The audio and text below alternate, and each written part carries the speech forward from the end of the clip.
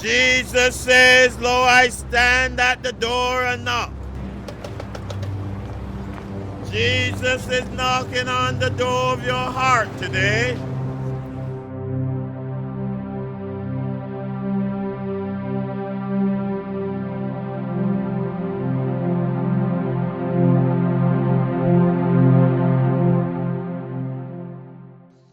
Suppose now for a moment that a command is issued to the beasts of the forest that they should become sheep.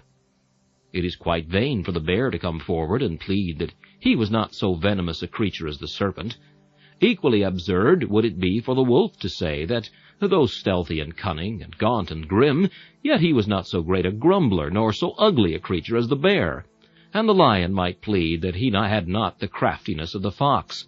It is true, saith he, I wet my tongue in blood, but then I have some virtues which may commend me, and which, in fact, have made me king of beasts. What would this argument avail?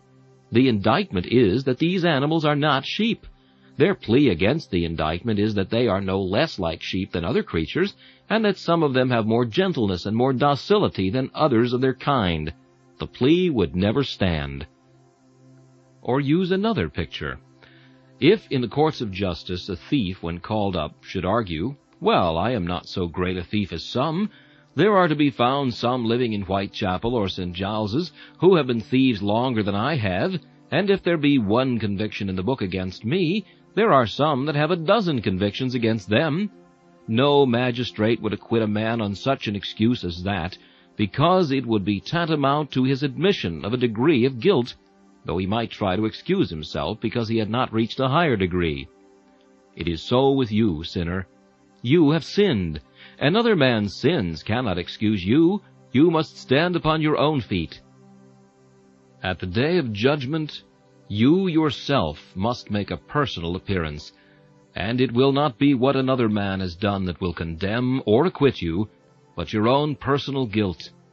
Take heed, then, take heed, sinner, for it will not avail thee that there are others blacker than thyself. If there be but a spot upon thee, thou art lost. If there be but one sin unwashed by Jesus' blood, thy portion must be with the tormentors. A holy God cannot look even upon the least degree of iniquity. But further, the plea of the self-conceited man is that he has done his best and can claim a partial righteousness. It is true, if you touch him in a tender place, he acknowledges that his boyhood and his youth were stained with sin. He tells you that in his early days he was a fast lad, that he did many things which he is sorry for now. But then, says he, these are only like spots in the sun. These are only like a small headland of waste ground in acres of fruitful soil. I am still good. I am still righteous, because my virtues exceed my vices, and my good deeds quite cover up all the mistakes that I have committed.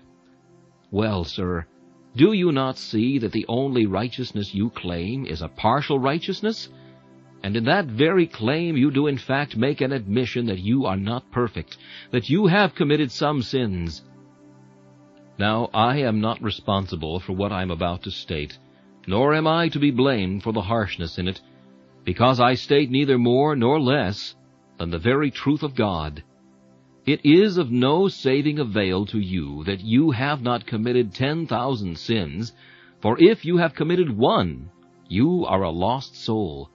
The law is to be kept intact and entire, and the least crack or flaw or breakage spoils it. The robe of righteousness in which you must stand at last must be without spot or blemish, and if there be but one microscopic stain upon it, which is supposing what is never true, yet even then the gates of heaven never can admit you. A perfect righteousness you must have, or else you shall never be admitted to that wedding feast. You may say, I have kept such a commandment and have never broken it. But if you have broken another, you are guilty of the whole, because the whole law is like one rich and costly vase. It is one in the design and fashion. Though you break not the foot and stain not the margin, yet if there be any flaw or damage, the whole vessel is marred. And so if you have sinned in any point, at any time, or in any degree, you have broken the whole law. You stand guilty of it before God. nor can you be saved by the works of the law, do what you may.